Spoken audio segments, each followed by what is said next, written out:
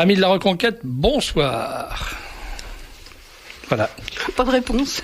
Vous avez entendu là. J'ai l'impression d'avoir fait un truc formidable, puis pouf, ça tombe. Émission exceptionnelle ce soir, comme toutes les émissions, puisque je reçois François Brignot. Bonsoir François Brignot. Bonsoir.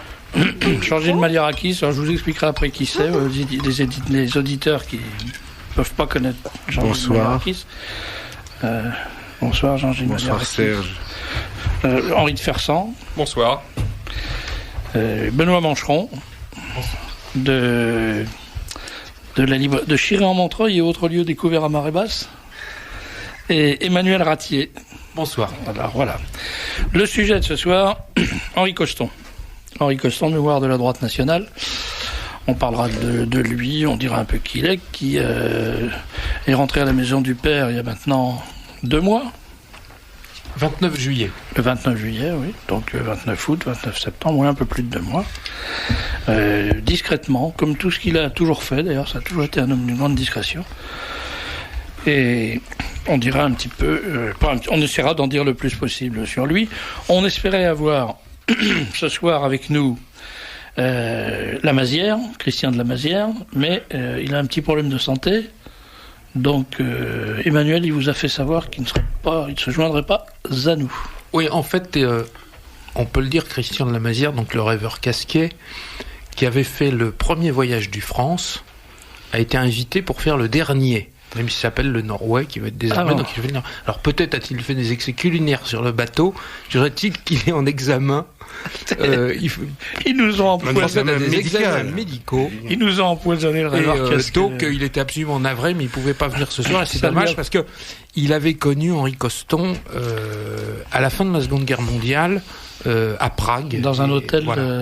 Dans les hôtels de la République, non, dans la bibliothèque d'État de Prague. Bien, avant, je voudrais d'abord signaler une erreur épouvantable que j'ai commise. Plusieurs auditeurs ont téléphoné au Libre Journal 01 45 23 29 01 45 23 51 01 pour demander la date de la conférence du professeur Joyeux sur les effets des hormones sur les dames.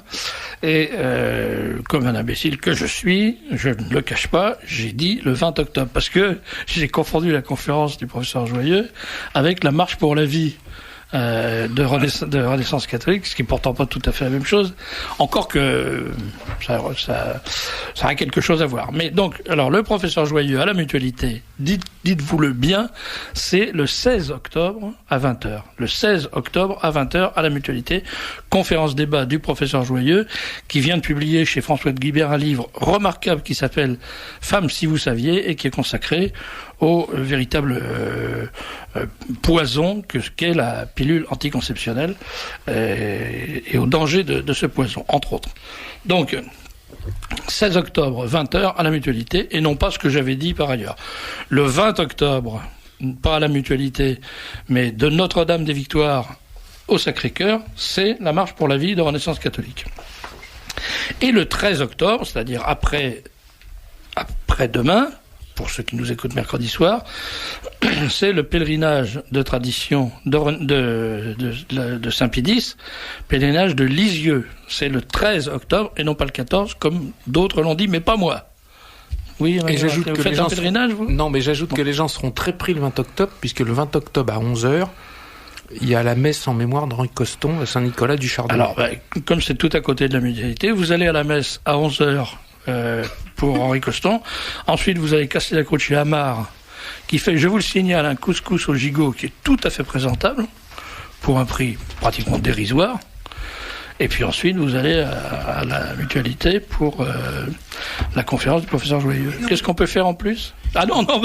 Après, vous allez à la marche pour la vie. Je voudrais vous dire quand même que le 13, justement, je ne serai pas des vôtres, parce que je suis à la forêt Fouesnant. Je marie pour ma première petite fille. Oh là, ça devient risqué quand on marie ses petites filles. Et alors, un mariage. On a vite fait de se retrouver arrière-grand-père. En Bretagne, c'est quelque chose. Est-ce qu'on fait encore les mariages comme dans le temps, en creusant des tranchées dans les champs où on s'assied comme... Non. Mais quand même, il y a beaucoup de monde. Et il n'y a pas que des nourritures spirituelles. Ça, inutile de le dire. À la Forêt-Fouesnant, donc le 13. La Forêt-Fouesnant, oui. Donc le 13, mariage. Elle s'appelle Marine. Mariage de Marine, petite fille de François Brégnaud. Donc si vous passez dans le coin, je pense qu'il y aura C'est important pour moi parce que c'est la première petite fille à laquelle je pourrais être auprès d'elle pour ses noces. Et ça, c'est important. Bien. C'est bien. C'est vous qui allez la conduire à l'hôtel, non? Non, c'est son père. Non. Je suis trop modeste. Bien, alors, voilà pour les annonces. Maintenant, je voudrais faire une annonce solennelle, personnelle. Je serai candidat à la présidence de la République. Parce que je me suis dit, il n'y a pas de raison. Hein. Je pense que, Malia, tu vas être candidat. Surtout pas, je suis pas républicain, alors. Moi non plus, mais ça n'empêche pas. Parce qu'il y a des gars qui peuvent être à la fois responsables d'une émission à Courtoisie et candidats à une fonction aussi salissante. Je te signale que l'exemple a été donné par notre leader Maximo Bien-Aimé, Jean Ferré, qui a dit qu'il serait candidat. Ah oui, pardon, mais j'étais pas au courant. Si, il a dit. Si, tu étais au courant, tu l'as entendu. Je ne l'ai pas entendu. Mais attends, dès que sera instauré le trimestrat. Ah oui. Il sera candidat à la présidence de la République. Ah oui, mais je voterai pour lui. Moi aussi, bien sûr. Parce qu'il veut que ce soit... Enfin, quelqu'un lui a donné l'idée que ça devrait être un trimestre. C'est un peu long. Trimestre d'hiver pour un homme, et pour un homme l'été, et pour les femmes, trimestre de printemps et d'automne. Ce qui est délicat, je trouve, l'intersaison pour les dames. Charmant, c'est absolument charmant. Donc, il a décidé qu'il serait candidat dans ce cas-là. Mais moi, je n'attends pas le trimestrat. Je me présente pour un quinquennat comme candidat. Donc, je ne vais pas vous présenter mon programme. Si vous voulez mon programme, c'est extrêmement simple. Vous envoyez 700 francs au Libre Journal, 4 Place France Litre, 75 010 Paris. Parce que c'est quand même à ça que ça sert. Hein. Non, je croyais que c'était un canular dans le cas de Jean Ferré. Non, et tu es en train de me dire que c'est une escroquerie, mais... Non, dans mon cas, moi... Ah oui, toi... C'est pas une escroquerie du tout. Un programme, ça se paye. Le seul intérêt d'être président de la République, enfin d'être candidat, c'est de faire du fric. Hein, il faut que ça soit bien clair. Comme on a quand même assez peu de chances d'être élu, faut le reconnaître. Donc, zéro chance, tu crois vraiment? Zéro. Je te trouve dur avec moi. Donc, il faut mieux faire le fric avant. Donc, pendant la campagne. Donc, si vous voulez connaître mon programme, il est en plus, moi, je vole pas parce que je vous donnerai vraiment un programme imprimé sur du papier avec de l'encre d'imprimerie. Et vous le recevrez tous les 10 jours, le programme. Faites comme moi. Comment faire fortune? Faites comme moi. Donc, 4 Place France Litre, 75 010 Paris. Vous recevrez tous les 10 jours le programme de Serge Dubeketch qui s'appelle Le Libre Journal. Et puis, j'utiliserai l'argent à bon escient, et même avec parcimonie, je peux vous le dire. Eh ben, nos lecteurs sont toujours bien informés, nos auditeurs sont toujours bien informés, parce que j'avais un message qui disait « Le bruit court chez Arte que Serge Dubeketch se présenterait aux élections présidentielles. Qu'en est-il ?» Et ben, ils savent tout, voilà, ça y est, ils savent tout. Et puis, on ne sait rien, on ne sait pas. Maïrakis dit qu'il ne sera pas élu. Ah, j'en connais d'autres qui ont dit qu'il ne serait pas. Chirac a bien été élu, alors... Pourquoi pas Serge? Oui, c'est vrai. Et puis, il y a un auditeur aussi, toujours fixé sur son poste de la télévision, me dit « Il me semble bien avoir reconnu Serge Dubeketch dans les tribunes du stade samedi soir. Vous aviez un superbe maillot de l'équipe d'Algérie sur les épaules. Êtes-vous descendu sur la pelouse ?» Absolument, c'est moi qui ai donné le signal, parce que j'ai trouvé, comme disait Malia, qu'un match de foot qui dure le temps d'un match de rugby, c'est beaucoup plus intéressant. Donc j'ai donné à mes troupes l'ordre d'interrompre le match un quart d'heure avant la fin. De toute façon, c'était ennuyeux. Et puis quand même, il faut dire que c'était un très beau match avant. C'était un match raciste, parce que je veux bien qu'on joue au football contre les Algériens, mais la moindre des choses, c'était ou de faire égalité, comme disait Zidane, qui souhaitait un match nul. Il a d'ailleurs été vraiment nul. Ou de faire 1-0 au maximum. Mais quand on reçoit les gens, on perd. Alors, simplement, ce qu'il y a, c'est que il y a 2 joueurs dont le nom m'échappe parce que je les connais pas. Pires a dit on jouait presque à l'extérieur. On jouait en extérieur. Ouais, donc c'est bien, on a emporté une victoire à l'extérieur. Alors c'est vrai, je reconnais que c'est moi qui ai déclenché mais je suis pas arrivé à... C'était un très beau match. Oui, très beau. Mais je peux pas juger là, je suis vraiment pas... Je ne peux pas. Il serait même un peu de parti pris. Hein. Peut-être un peu. Mais mon rêve, c'était quand même que les 80 000 jeunes Français enfin jeunes Sarcellois, Parisiens, Marseillais, Lyonnais, Séquano-Dionysiens. Voilà, Séquano-Dionysiens déferlent sur Paris ensuite pour manifester leur joie d'avoir perdu. Non mais quand même, ça a été un samedi tranquille. Oui. Il y a eu 200 types qui ont couru sur une pelouse. Il y a eu moins de voitures brûlées. Il n'y a pas eu de gars agressés. C'était bien, on devrait faire un match comme ça tous les samedis. Et puis on pourrait peut-être... Moi j'avais une autre idée qui était une idée chilienne, vous voyez, de l'opération. C'est-à-dire que pendant le match, on soudait les grilles du parc. Et puis voilà, le principal était fait. Après, et Jospin, qu'est-ce que tu en fais après? Parce qu'il est arrivé, il s'est fait évacuer par hélicoptère avec la venette. Je ne sais pas si vous avez vu Lang, il avait eu la prudence de revêtir un costume cacadois. Ah bon. Ce qui fait que, étant donné la tronche qu'il faisait pendant les événements, je pense que ça a aidé. Heureusement qu'il n'avait pas mis un costume clair.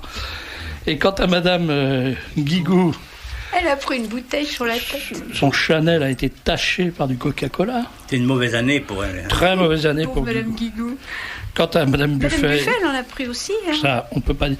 Moi, cette soirée, je ne regardais évidemment pas le match. C'est mon fils aîné qui, pour mon grand drame, est un amateur de football éclairé, qui m'a téléphoné. Il m'a dit, papa, regarde absolument le match. Je lui ai dit, tu plaisantes? Il m'a dit, regarde. Alors, j'ai allumé. Et à ce moment-là, j'ai vu. Et j'étais content. J'étais vraiment content. Ça, voilà le football comme je l'aime. Malheureusement, ça n'a pas abouti à ce que je souhaitais. Parce qu'on ne peut pas gagner à tous les coups. Voilà. Est-ce que quelqu'un a quelque chose à dire sur la situation actuelle? Est-ce qu'on va avoir une guerre mondiale, oui ou non? Emmanuel Ratti, vous qui êtes un spécialiste de ces questions. Moi, je suis pas un spécialiste de ça. Non, ce qui m'étonne, c'est on a l'impression, bon, sans faire du complot et de l'histoire dans la coulisse. Ce qui est très particulier en ce moment, c'est ce qu'on appelle les catastrophes en chaîne, les séries de catastrophes.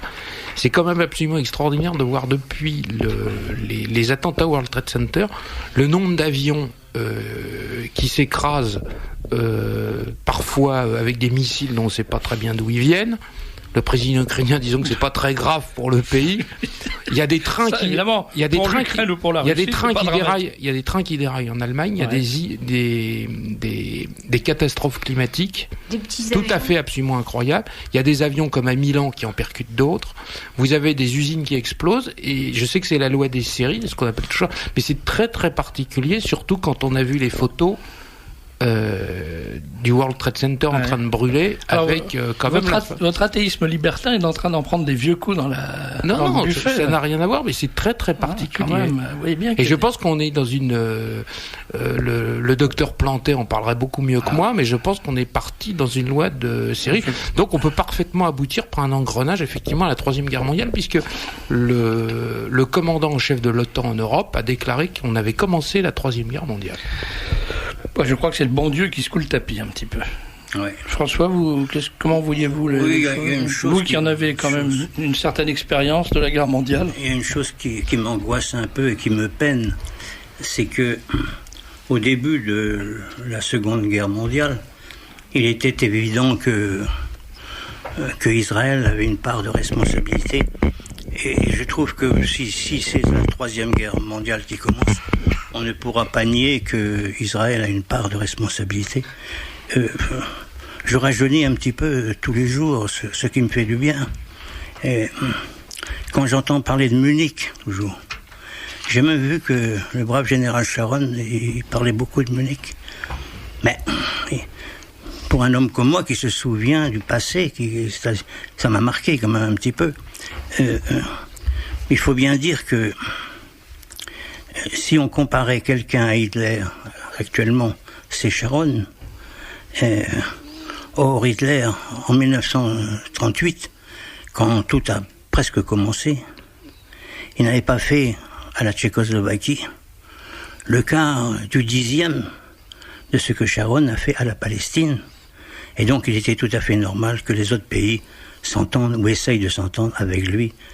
Nous arrivons à une répétition là de ce conflit où les gens qui ne prennent pas part directement à la guerre sont quand même derrière la guerre. Et je crois que c'est peut-être pas la Troisième Guerre, mais ça commence à y ressembler. Oui, c'est une assez bonne imitation. Malia, un commentaire? Moi, je me bornerai à voir ce qui se passe en France et à constater que Madame Buffet, dont vous parlez, a quand même été significative. Enfin, je vais radoter parce que je vais dire ce que j'ai dit dans mon petit bulletin ce matin. Le 6, il y a les incidents dont nous parlons au match à Saint-Denis, berceau de la monarchie capétienne. Le 7, Monsieur Hu est candidat à la présidence de la République et emploie une expression très grave s'agissant de la guerre, parce qu'on est en guerre, c'est une guerre très nouvelle, bien sûr, mais il dit il ne faut pas tomber dans l'engrenage.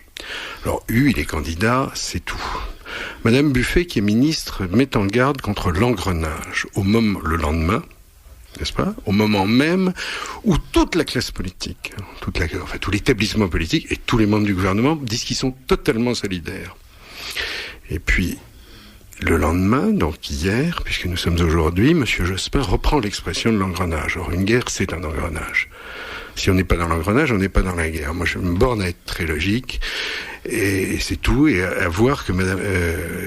moi, ce qui me semble beaucoup plus grave que des événements dans des pays que j'ai jamais mis les pieds, où j'ai pas du tout envie de mettre les pieds. Surtout s'il faut prendre l'avion. Oui, absolument. Non, je parle de l'Afghanistan, je veux dire, parce que c'est l'endroit... Eh bien... Aller en Afghanistan, c'est une idée bizarre. Remarquez, je crois savoir qu'il y a des soldats français. Et donc, je ne vois pas très bien comment on peut continuer à avoir des ministres de cette nature et un Premier ministre de cette nature. Ni une constitution qui fait qu'on ne sait pas si la France est représentée par le chef de l'État ou par le gouvernement. Voilà, je trouve que les Français devraient en profiter pour quand même réfléchir sur la gravité de leur situation à eux. C'est la seule chose, moi, qui me frappe. Oui, moi, ce qui me frappe aussi, c'est que si on a envoyé des Français en Afghanistan, c'est intéressant, mais j'aimerais bien qu'ils reviennent rapidement pour aller à Sarcelles, par exemple. Non, ça prouve que la France pourrait encore exister, ça prouve qu'il y a encore des gars qui sont candidats à Saint-Cyr, et je trouve ça merveilleux, quelle que soit la pertinence des ordres qu'ils vont recevoir via les politiciens. Mais en effet, on n'ose pas non plus le dire. Nous sommes dans la guerre, mais pourquoi on n'entre pas dans cette guerre alors qu'on a universalisé l'émotion, comme on l'a fait? On n'entre pas dans cette guerre parce que nous avons peur du terrorisme des banlieues, ce qui est d'ailleurs un raisonnement un peu... C'est totalement idiot. C'est totalement idiot. Il n'y a pas de terrorisme. Ils savent brûler les gars qui étaient, en effet, comme a dit François Brignot, les gars qui étaient sur la pelouse du parc, tout ce qu'ils savent faire, c'est brûler des voitures, ce qui est très très embêtant, mais c'est pas de la nature et de la qualité technique de ce qu'on a vu le 11 septembre, qui est quand même des effets spéciaux à balles réelles sans précédent. Les gangs ethniques des banlieues ressemblent à des talibans comme des porcelets d'élevage ressemblent à des loups affamés. C'est exactement à peu près. Cela dit, dans ces porcelets d'élevage peuvent venir des loups affamés, mais... Pour les manger, alors c'est autre chose. Monsieur Ferson, quelque chose d'intéressant à dire? Oui, juste au sujet de ce que disait tout à l'heure, à juste titre, François Brignot, en ce qui fait une comparaison avec la Seconde Guerre mondiale, je pense que là, nous avons, si j'ose dire, l'inversion par rapport à la Seconde Guerre mondiale, puisque nous avons eu la guerre, entre guillemets, étrangère de 1940 à 1944, puis ensuite la guerre civile, 44-45. Et là, donc après 20 ans d'événements en banlieue qui, dans certains coins, ressemblent assez singulièrement aux prémices d'une guerre civile, nous avons en prime maintenant une guerre avec un pays étranger. Quant à l'Afghanistan, je ne crois pas que ça les gêne outre mesure qu'ils soient en guerre contre d'autres pays, vu que l'Afghanistan, ça doit être à peu près 6000 ans qu'ils sont en guerre, et quand ils ne sont pas en guerre contre une puissance d'invasion, ils se font la guerre entre eux pour garder la forme. Benoît Manchon, je vous interroge pas.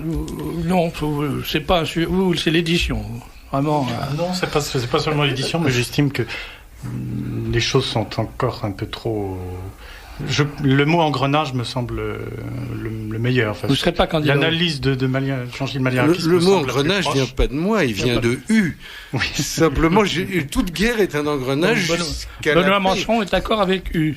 Vous êtes en train écoutez, dites-le. Vous êtes en train d'arranger votre situation. Oui, notamment. Je sais que vous avez beaucoup d'amis. Là, en ce moment, vous êtes en train de vous donner un bon coup de piston. Là. Alors, est-ce que quelqu'un veut... Je pense quand même que dans cette affaire d'engrenage, il y a une peur normale du gouvernement. c'est facile à dire qu'on ne risque rien.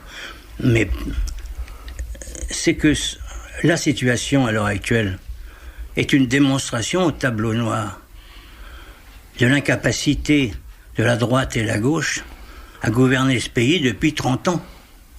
Parce que les dangers que représentent à l'heure actuelle 5 ou 6 millions de musulmans en territoire français... D'islamistes, pas d'amalgame, François. Oui, c'est important de ne pas faire l'amalgame. Non, mais c'est quand même une preuve énorme qu'ils n'ont pas vu le danger que ça pouvait représenter, ou ils n'ont pas voulu le voir, et pour certains, ils l'ont souhaité. Mais oui, c'est ça ce que j'allais dire. Et donc, quand ils sont maintenant devant une échéance terrible, ils ne sont ni responsables ni coupables que pour le sang, comme pour le sang contaminé. Ils sont responsables et coupables de rien. Et ça, c'est extraordinaire. Mais quand on voit les problèmes qui se posent à l'heure actuelle, on ne peut avoir, en bon sens, qu'une position. On ne peut faire que la politique de ses moyens, si on n'a pas été assez intelligent pour se faire les moyens de sa politique.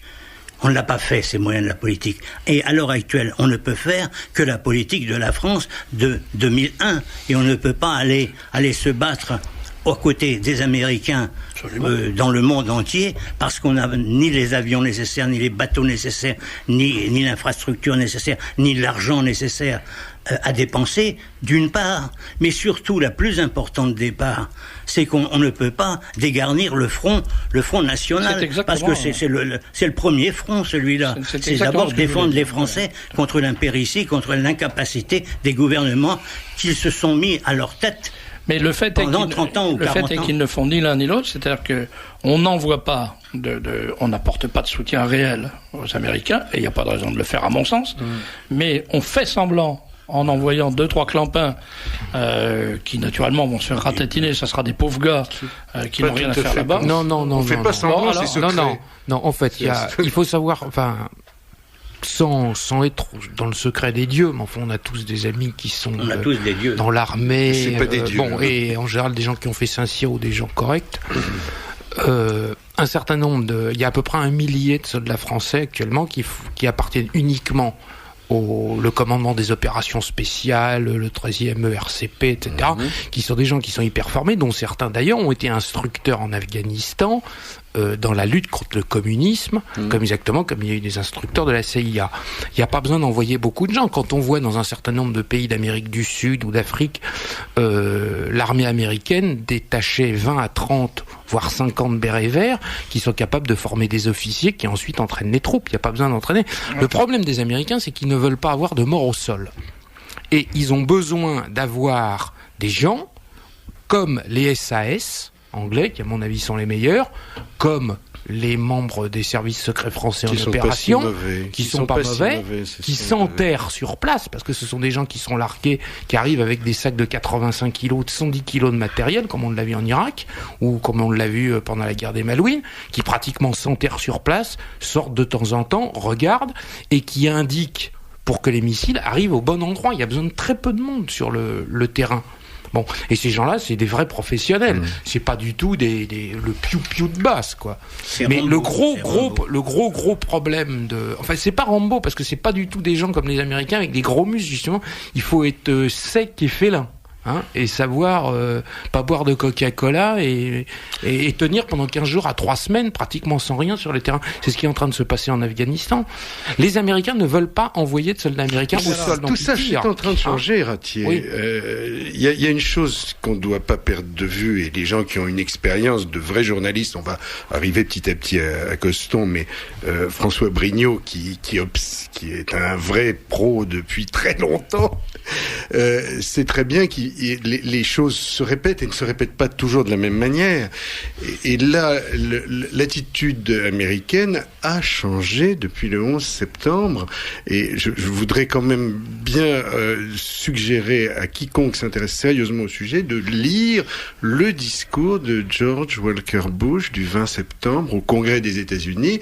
C'est fini, ça, l'histoire de ne plus envoyer des morts au sol. Ça va se terminer.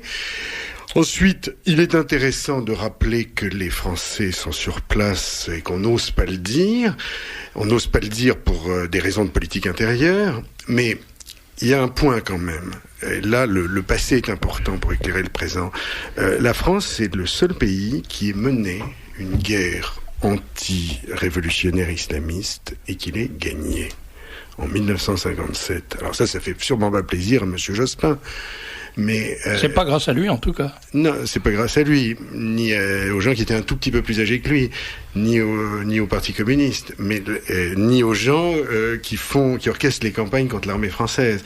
Alors, ce qui est important, me semble-t-il, c'est que ça déstabilise. Moi, j'ai le plaisir. Tu me parles. Tu vois, après-demain, je reçois des gens qui se disent encore gaullistes. Ça m'intéresse beaucoup de savoir ce que ça veut dire aujourd'hui.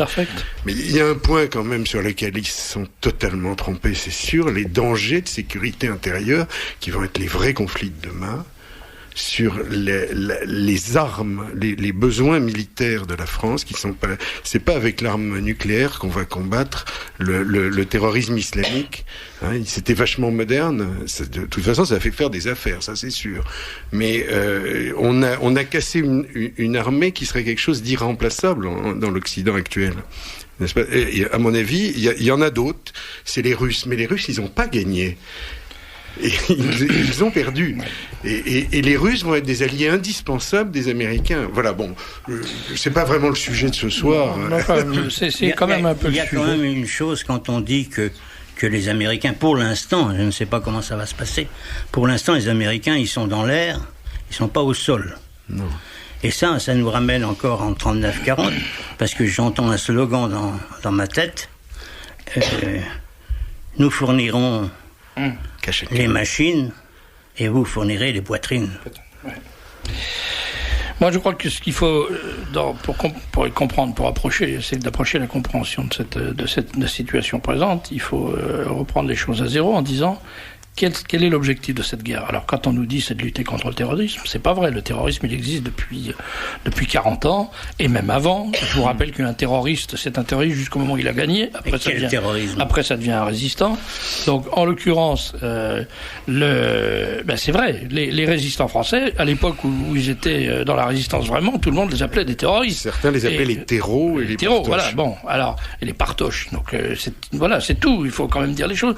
Un résistant, c'est un terroriste qui a réussi. Un terroriste, c'est un résistant qui n'a pas encore gagné. Bon, donc c'est pas une guerre contre la résistance, c'est une guerre pour servir contre le terrorisme. C'est une guerre pour servir des intérêts, lesquels pour permettre aux États-Unis de s'assurer le monopole du contrôle de l'énergie, du contrôle des voies de circulation et du contrôle des flux financiers. Donc, moi, je suis tout à fait d'accord. Je comprends parfaitement que les Américains veuillent contrôler l'énergie, la circulation et les flux financiers. C'est l'objectif, finalement, de n'importe quel pays qui veut prendre le pas sur les autres. Mais ce que je ne comprends pas, c'est pourquoi nous devons être les Shabbat-Goy des Américains et aller faire le sale boulot pour leur compte. S'ils veulent prendre le contrôle, ils le prennent tout seuls. Mais les Français n'ont rien à foutre dans cette histoire. C'est pas nous qui sommes chargés des corvées de chiottes de Monsieur Bush. Hein, il a qu'à faire sa guerre tout seul. Et nous, on reste chez nous. Voilà. C'est ce que je pense profondément. Alors, on va me dire que je suis munichois. Peut-être je suis munichois. Mais quand je vois qu'on a en tout et pour tout, enfin, je veux pas ressasser des évidences. Mais enfin, on a un porte-avions qui est pas fiable. On n'a pas de gros porteur. Qui est en cale sèche. On n'a pas de gros porteur. Il s'appelle comment ce porte-avions? C'est l'ancien Richelieu. Je me refuse absolument à donner son nom. L'ex-Richelieu. Il a même été candidat aux élections municipales. Charles de Gaulle. L'ex-Richelieu. Bon, alors, donc, on n'a aucun moyen de figurer honorablement dans cette guerre. Si on a des moyens, c'est ce que vous disiez tous les deux, Ratier et Malia tout à l'heure, on a des hommes qui sont des hommes exceptionnels, les gens des services ou les gens des bataillons d'élite ou des unités d'élite. Eh bien, on va les envoyer se faire zigouiller là-bas dans une guerre. On n'a rien à foutre. Tout ça pour permettre à Monsieur Bush de faire comme il a fait en Irak, comme il a fait en Serbie, c'est-à-dire d'assurer des voies de circulation sur lesquelles vont pouvoir transiter le pétrole et la drogue, parce que la drogue aussi, ça compte beaucoup dans cette histoire. Et on sait très bien que c'est l'objet final de cette guerre, c'est de permettre la libre circulation des énergies, de la drogue et du fric. Mais moi, j'en suis pas, voilà. Comme quoi, toutes les opinions cohabitent dans la droite nationale. Ah oui, c'est certain. Française. C'est certain. Mais je le dis, ça fait partie de mon programme de candidat à la présidentielle. Envoyez votre argent pour soutenir ma candidature, 4 places France Lys. Bien, on pourrait quand même avoir une pensée pour les Français qui sont justement sur le terrain. La pensée. C'est pour ça que ça me met en colère. C'est que je vois les petits gars... Il y a une chose quand même, je trouve déplacée, que des gens viennent à la télévision, comme M. Boucheron hier à LCI, dire d'un air suffisant « Je ne peux rien vous dire, mais nous avons du monde là-bas. » Quand on a du monde là-bas et du monde secret, on ne dit pas qu'on a du monde là-bas. On commence à dire... Et on vire les communistes du gouvernement. Voilà. Les écolos avec. On peut pas virer les communistes du gouvernement quand on a un Premier ministre trotskiste. Un Premier ministre trotskiste. Et un président de la République qui vend de l'humanité. Ça me semble évident. Qui était fiché comme communiste par le FBI en 1953. Voilà. Non, mais il faut le dire. Il faut rappeler. Pourquoi pas le dire Je savais pas que c'était le sujet de l'émission. Si, mais attends, c'est le sujet de l'émission. Il faut bien dire une chose. T'as pas compris quand t'avais piégé. Qui a été arrêté. J'ai compris qu'on m'avait piégé. Arrêté, habillé en femme. Comment voulez-vous que ces gens-là ne pensent pas qu'il soit un espion ? Oui, non, mais surtout que quand même, elle était mariée en première noces avec un officier quand même du Mossad, Madame Ridley, quand même. Non, mais on parlait d'un Français, on parlait pas de Madame Ridley, on parlait d'un Français. En effet, ce que dit François Brignot est très important parce que ça souligne quand même l'aberration et l'impéritie des gens qui nous gouvernent. De dire en se tapotant le menton, en disant, vous savez, on a du gars là-bas. Je ne peux rien vous dire, mais faites-moi confiance. Voilà, pendant qu'il y a un type qu'on accuse d'être un espion. Voilà, et qui, lui, ne l'est probablement pas. Cela dit, moi, je voudrais quand même faire une remarque, c'est que ces talibans qui habillent leurs femmes avec des tentes du vieux campeur. Ils se mettent dans la situation d'être entourés d'espions, parce que même moi, avec une tente du vieux campeur sur la tronche, je peux passer pour une matrone talibane. T'aurais du mal quand même. Oui, alors, cette émission est quand même censée être consacrée à Henri Coston. Je vois bien qu'on en vienne à ça, parce que sans ça, Benoît Mancheron ne pourra jamais dire un mot, comme il se refuse à prendre parti dans le... On est en plein dans le sujet, en fait. Voilà. Alors, à votre avis, François, vous qui l'avez bien connu, enfin tout le monde l'a bien connu ici, mais vous qui l'avez connu en un temps que les moins de 20 ans ne peuvent pas connaître, et même certains autres, comment il aurait réagi là à cette situation ? J'aime jamais dire ça, comme les morts, qu'est-ce qu'ils auraient fait ? C'est toujours délicat, difficile, et puis on ne sait jamais. Mais il est mort, il avait 90 ans. On aurait fêté sa 91e année le 20 décembre, je crois, cette année. D'ailleurs, je voudrais dire juste un petit mot là-dessus. J'ai lu dans 2 journaux qu'il avait disparu. C'est pas vrai. Il est mort. Oui. Ça ne se dit plus. Mais il n'a pas disparu parce qu'il reste toujours...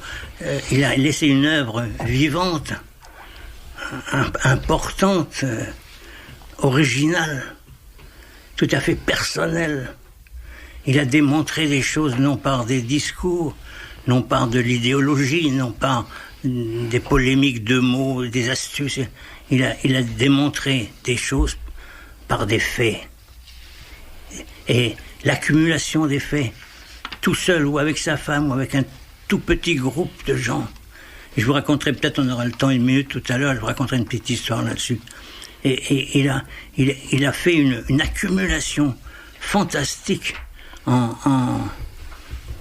disons 40 ans, 50 ans, dans des conditions les plus difficiles. Il a réussi à monter une démystification historique de notre histoire contemporaine. C'est prodigieux ce qu'il a fait. C'est prodigieux. Et donc, quand on a lu ce qu'il a écrit, on peut penser qu'il aurait aujourd'hui les réactions que la plupart d'entre nous avons, de méfiance, de dire français d'abord. Avons-nous la politique de nos moyens ? Ne nous payons pas de mots. Et surtout, ce qu'il a toujours fait. Qui sont les gens derrière ? Qu'a fait ce monsieur Quel est le passé de ce monsieur? D'où vient-il? Qu'a-t-il écrit? Qu'a-t-il pensé? Voilà ce que je vais vous dire. Et c'est comme ça qu'il nous a permis, de comprendre. Et moi, quand je dis le mot de Coston, et j'ai de l'admiration et de la reconnaissance. Emmanuel Ratier, vous, on a dit que vous étiez le successeur, le clone de Coston, je ne sais pas comment il faut dire. Parce le costonaute. Le costonaute. Vous l'avez bien connu aussi, vous l'avez beaucoup... Oui. Non, mais ça, bon, fréquenté. c'est vrai qu'il l'a dit dans des interviews, mais enfin, bon, j'aurais d'abord dissipé Vous n'êtes pas le fils naturel d'Henri Coston, c'est ça que vous voulez dire? Non, mais on était extrêmement amis, c'était quelqu'un que j'aimais beaucoup, que j'ai moins bien connu, enfin moins longtemps que François Brignot, mais quelqu'un que j'appréciais. Non, sûrement mieux que moi dans beaucoup d'endroits. Bon, c'était mon témoin de mariage, c'était un homme extraordinaire. Bon, mais il y a une espèce de légende qui s'est créée disant que j'avais récupéré ses archives. Je précise bien à ce micro que je n'ai jamais eu une quelconque archive de ça. Non, on peut dire que ces archives, il les a elles ont été vendues. Elles ont été vendues pour une somme relativement modeste à un monastère orthodoxe qui est installé dans le sud de la France. Ça a l'air complètement surréaliste. À qui il a vendu l'intégralité de ce qui lui restait, mais qui était quand même assez conséquent de sa bibliothèque, c'est-à-dire, je pense, entre 12 et 15 000 livres à peu près, je ne sais pas exactement, plus tous ses manuscrits, ses notes, etc., plus toutes les archives qu'il pouvait avoir. Et ce monastère... dans la revue qui publie, etc., annonçait que ces archives seraient accessibles aux chercheurs d'ici quelques mois. Voilà. Moyennant un modeste baptême, non? Je ne sais pas. Être obligé de vous faire baptiser orthodoxe pour avoir... Serge, quand on est catholique, on est baptisé chez les orthodoxes. Oui, enfin pas complètement, comme disait... Ah non, écoute... Est-ce que c'est le sujet? Non, mais je précise, puisque tu engages le débat là-dessus. Il y a un vieux pope vétéro-calendaire qui m'a dit, vous êtes baptisés, enfin les catholiques sont baptisés, mais pas complètement. Enfin, pas complètement. Voilà. Pour en revenir à Henri Coston, bon, mais je pense qu'on va en parler, Jean-Gilles, enfin on s'était pas concerté, mais on s'était téléphoné un peu avant l'émission.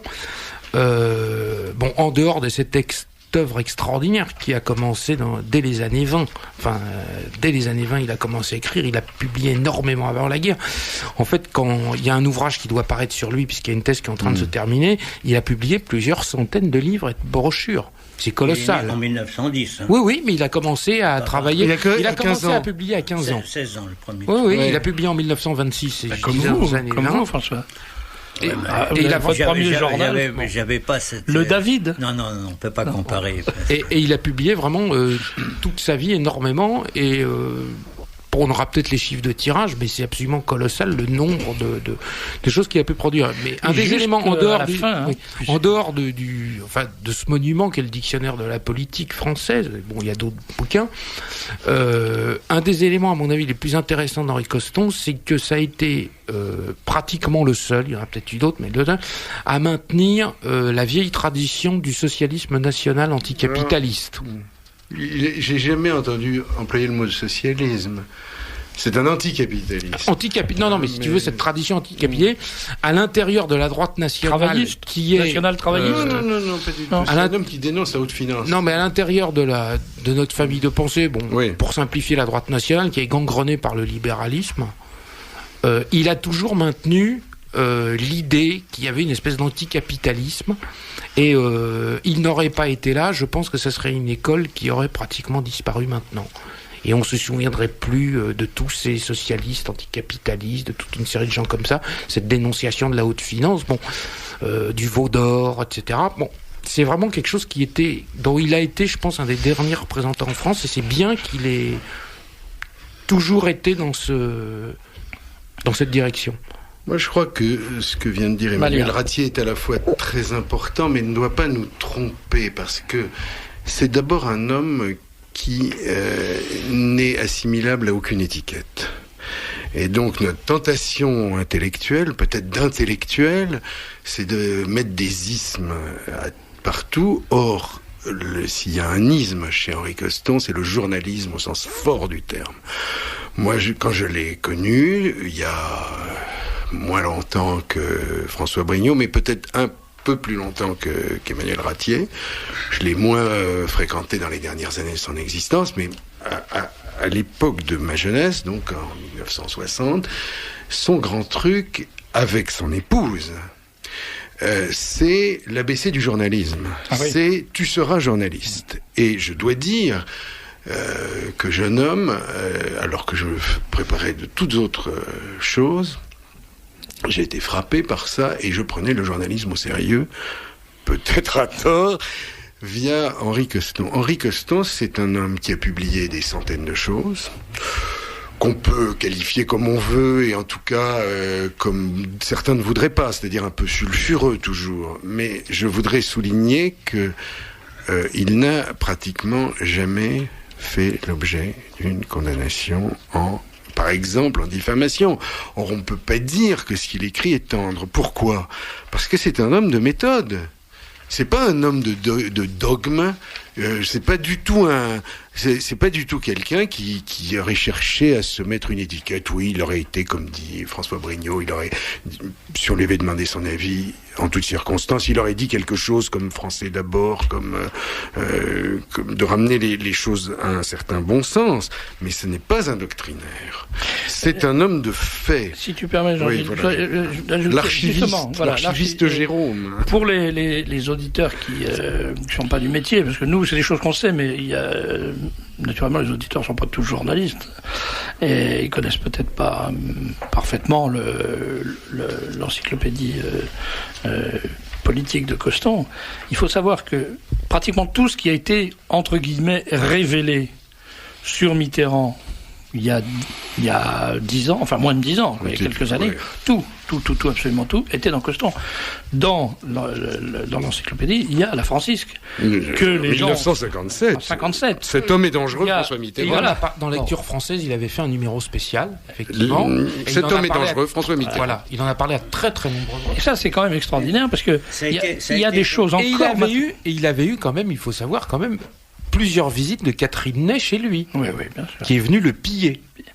Et il faut savoir, comme il y a eu des gens qui ont publié des bouquins sur Boussac qui sont venus le voir, lui demandant votre dossier Boussac. Il faut savoir qu'il y a encore aujourd'hui, c'est extraordinaire, dans l'encyclopédie, des choses qui, si on les sortait pour les publier à la une de journaux réputés sérieux, provoqueraient un cataclysme politique. C'est étonnant. Je pense notamment toujours dans les personnages liés à Mitterrand. Il publie notamment des textes ahurissants d'appels à la délation et des choses comme ça qui sont signés de très grands noms de la politique, enfin de noms très connus de la politique française. Et donc n'a jamais été condamné pour avoir publié ces choses qui sont très dommageable à la réputation des... Non, parce qu'il ne portait pas de jugement personnel. Voilà. Il citait le texte. Il ne discutait pas le texte. Il disait pas, monsieur, vous êtes un Jean Foutre, voilà ce que vous avez écrit, ici ou pas, n'est-ce pas, monsieur? Mais lui, non, il disait, tel jour, dans tel journal, monsieur untel a écrit ce texte. Bon. Point final.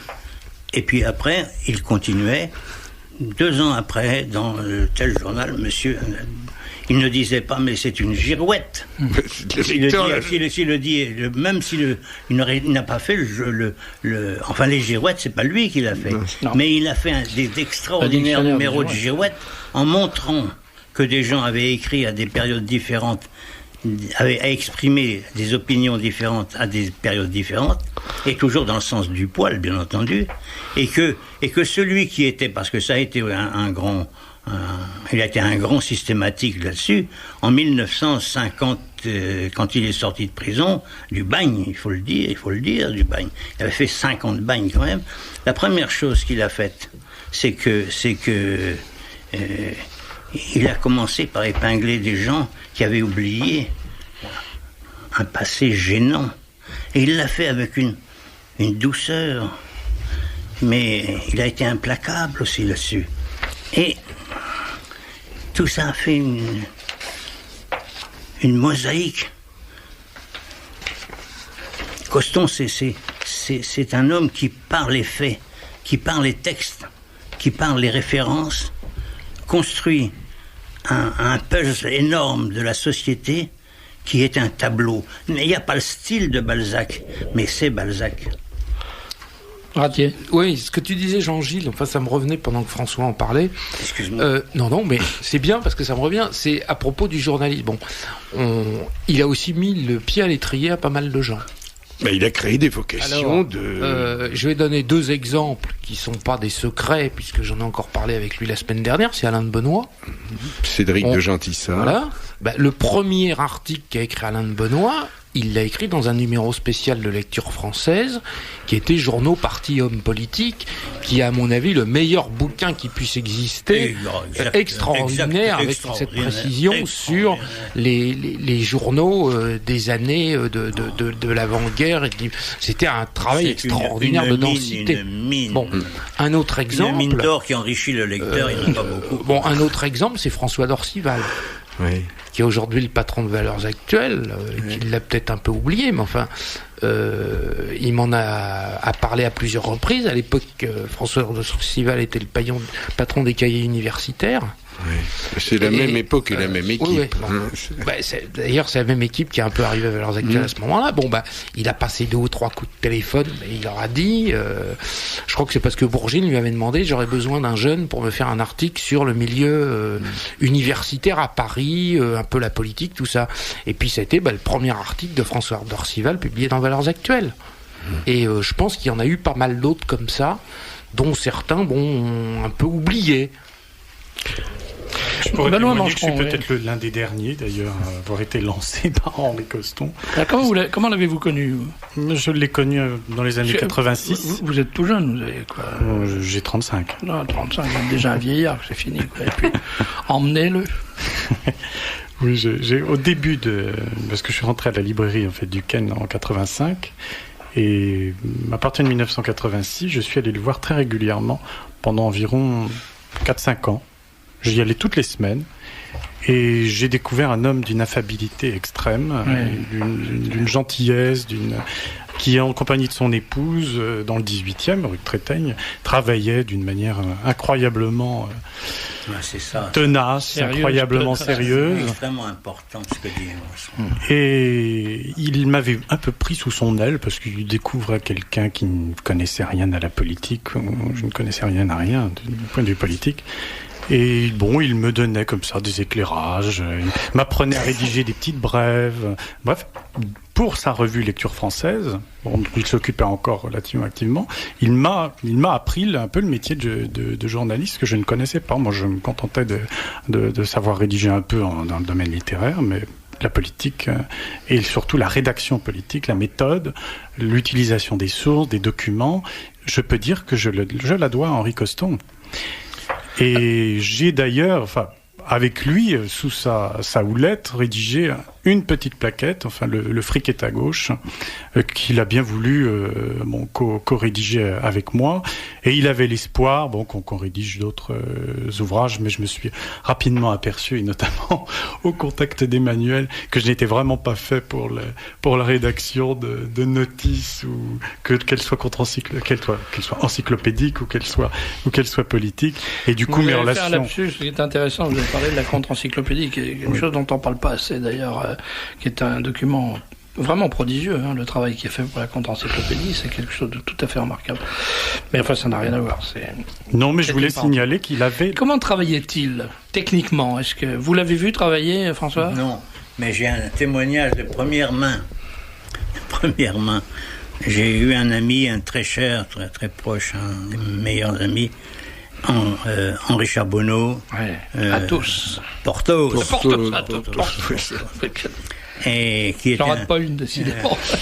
Qui était un vieil ami d'Henri Coston. Il s'était connu avant-guerre dans les premiers combats, quand il trouvait que l'action française n'était pas assez sociale et qu'il rêvait de faire une action française pas socialiste, mais tenant compte du peuple, beaucoup plus du peuple, quoi. Tout ça, c'était ils ont le même âge. Ils avaient le même âge. Coston est né en 10 et Henri est du 12 ou 13, tu vois, c'est quelque chose comme ça. Et alors, Henri, peut-être les gens ne le connaissent pas, était un un bon vivant qui avait fait des études. Henri Charbonneau. Henri Charbonneau. Assez médiocre et une culture très vivante.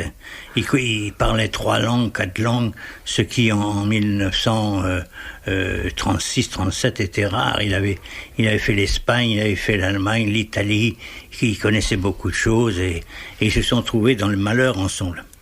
Et quand ils se retrouvent après la guerre, Coston a déjà remis en chantier son œuvre, lecture française, sa petite maison d'édition à partir ça.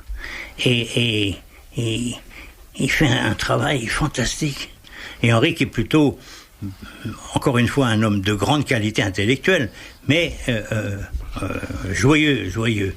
Il racontait ainsi. Je suis invité un dimanche, à passer le dimanche, chez les Coston, dans leur petite maison de Normandie. J'y vais. Accueil charmant, repas léger, et dès les cafés, j'avais encore une petite faim, il faut bien le dire, et puis une petite soif aussi, il faut bien le dire. Eh bien Henri et Gilberte, sa femme, m'amènent sous le pommier, et là il y a une table. Avec les journaux, il fait beau. Il n'y a même pas un petit flacon, rien du tout. Il y a les journaux, une espèce de sac au milieu. Alors il y a 2 paquets de journaux, ceux qui ont été déjà lus et qui sont cochés en rouge et qu'il convient de découper et de mettre dans le sac. Et les autres, qu'Henri Coston lit et qui nous les passe quand il a coché et on coupe.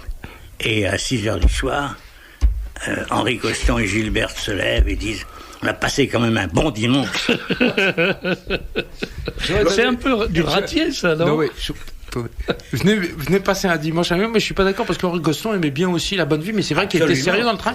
Mais le problème, moi, je suis un peu la même chose, c'est que, en fait, on ne peut pas, quand on fait de la documentation, si on a des trous, c'est fini, donc on peut pas prendre de retard. Parce que quand on a 30 à 40 journaux hebdomadaires par jour, si on travaille pas pendant 2 jours, ça en fait 60, voilà, donc on est très vite débordé. Alors, puisque Christian de la Mazière est pas là ce soir, bon, je vais raconter une anecdote que François doit connaître. Bon, je crois qu'il l'avait déjà un peu rencontré avant-guerre, peut-être à France au Travail ou des choses comme ça. Enfin, toujours est-il qu'il le retrouve à Prague en début 45. Je sais pas, en février ou mars 45, donc c'est quand même, l'affaire paraît un peu râpée. Et donc il se retrouve un peu les Français à l'ambassade qui était là-bas. Et donc lui était officier de la division Charlemagne. Et Henri Coston, lui, allait à la bibliothèque de Prague. Enfin, Jean-Gilles, c'est peut-être le nom de la bibliothèque, mais c'est chez le docteur Urban. Voilà, bon. Et alors, il épluchait les documents, c'était un peu des archives, c'était pas tellement des livres qui étaient là, mais il avait un peu inventorié ce qui lui paraissait intéressant au niveau d'un certain nombre de questions, notamment la franc-maçonnerie, les sociétés secrètes, etc., la Bibliothèque nationale tchèque, et puis en même temps il examinait les archives, ce qui lui a permis de prouver que Hubert Beuve-Méry, qui était le journaliste accrédité par Le Temps dans le pays, était subventionné par le gouvernement local. Mais il y a des choses beaucoup plus importantes. Mais ce qui est extraordinaire, c'est tu vas le raconter, mais ce qui est extraordinaire, c'est de penser que en mars ou avril 45, alors que Danemark, Céline est partie au Danemark, que les gens commencent à se dire on va partir en Argentine où ils savent plus quoi faire. Lui, il est dans la bibliothèque en train de regarder les bouquins et les documents. Et en plus, si je sais bien, sa femme était enceinte ou venait d'avoir un bébé. Donc dans ce grand chaos de l'Europe qui se déchire, qui se tue, qui va se retrouver dans les prisons, ou ceux qui étaient dans les prisons vont être remplacés par d'autres et on fusille, il pense encore à son travail. Mais avec un enfant. Alors d'abord un petit mot quand même aussi qui me semble important d'hommage à Gilberte Coston, parce que le documentaliste, c'est elle au départ. Elle travaille à SVP, hein, et c'est une femme qui a une forme d'humour pince sans rire assez remarquable et qui est toujours qui s'en tient aux faits.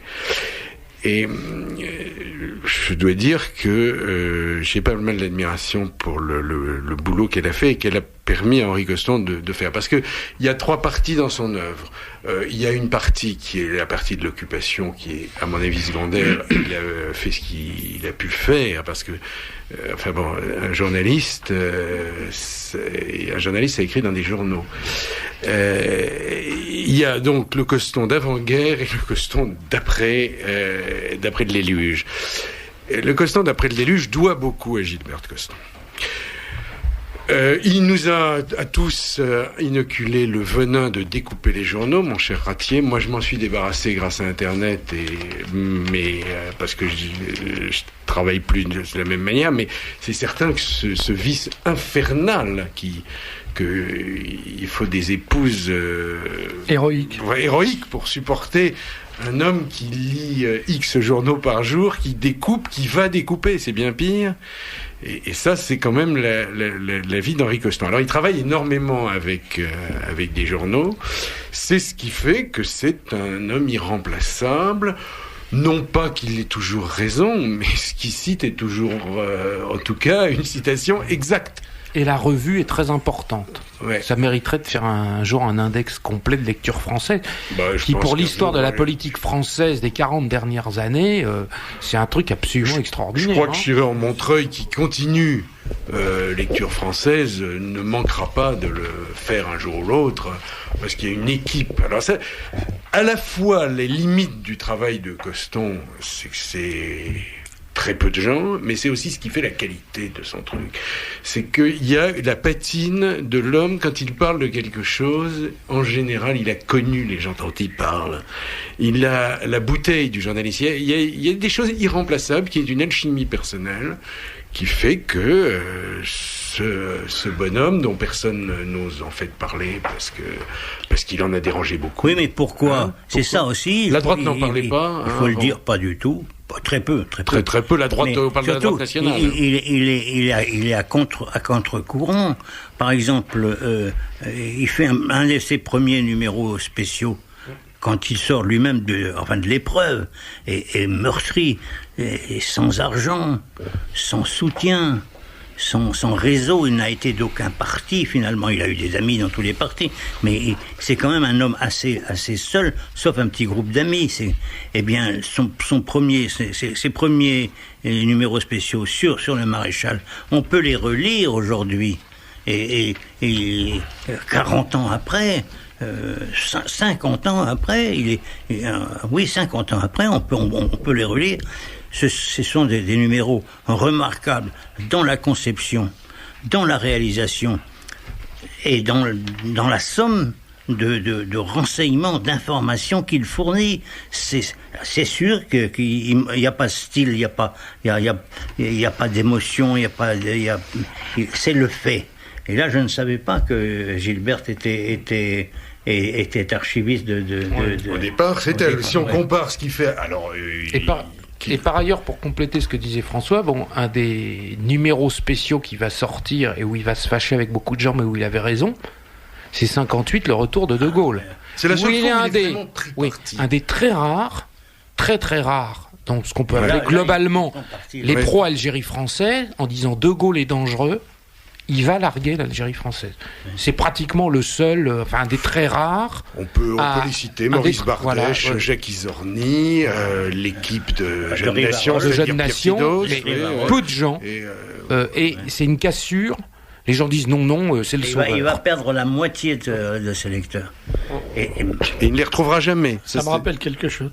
Oui, mais le contact d'Henri Coston nous a à tous, de façon différente, nous a appris beaucoup de choses, et notamment ça, par exemple, c'est attention Serge, tu fais un journal, tu es en train de prendre une position que tout le monde ne partage pas forcément sur la guerre d'Afghanistan, eh bien, tu vas voir la gestion des abonnements. Mais enfin, tu es aussi un journaliste d'expérience. Mais alors, dans ce cas-là, il faut faire le journal des pompes funèbres parce qu'on est sûr qu'on a tout le monde comme client.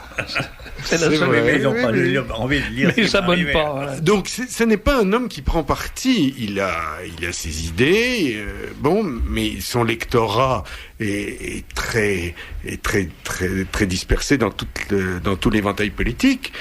Hein, il est lu en secret par des tas de gens qui ne le citent jamais. Ça, c'est un aspect aussi. Le nombre de gens qui ne le citent géré le fichier, jamais. me permet de le savoir. Pillé, jamais cité. En le pillant, voilà, d'une façon éhontée. Mais alors, de l'extrême gauche à l'extrême droite, je dois dire.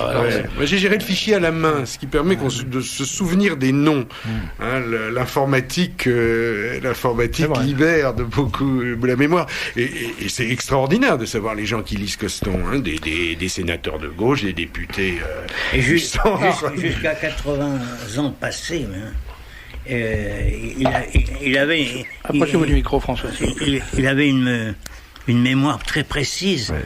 Quand je me souviens d'avoir fait une erreur en lui parlant, il m'a rectifié gentiment.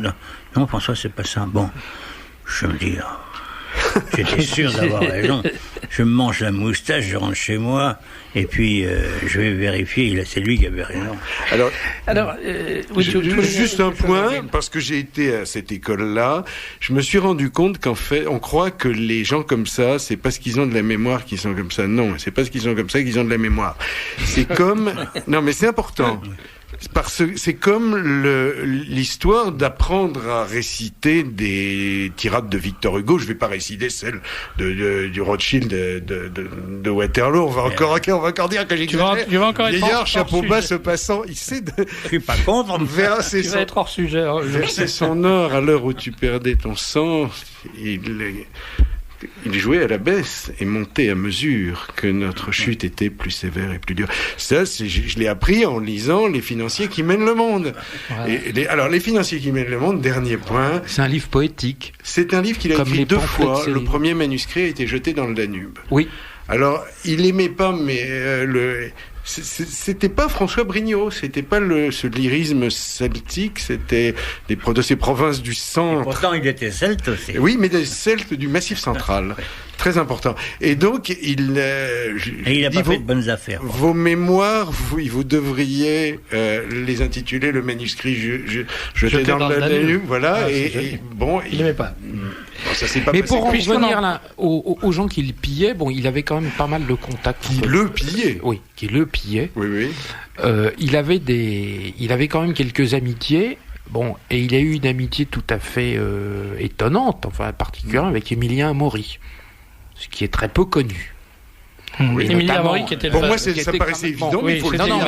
Le patron fondateur du Parisien, grand résistant, grand anti-maçon, dont d'ailleurs tous les rédacteurs en chef étaient francs-maçons, il faut quand même le dire.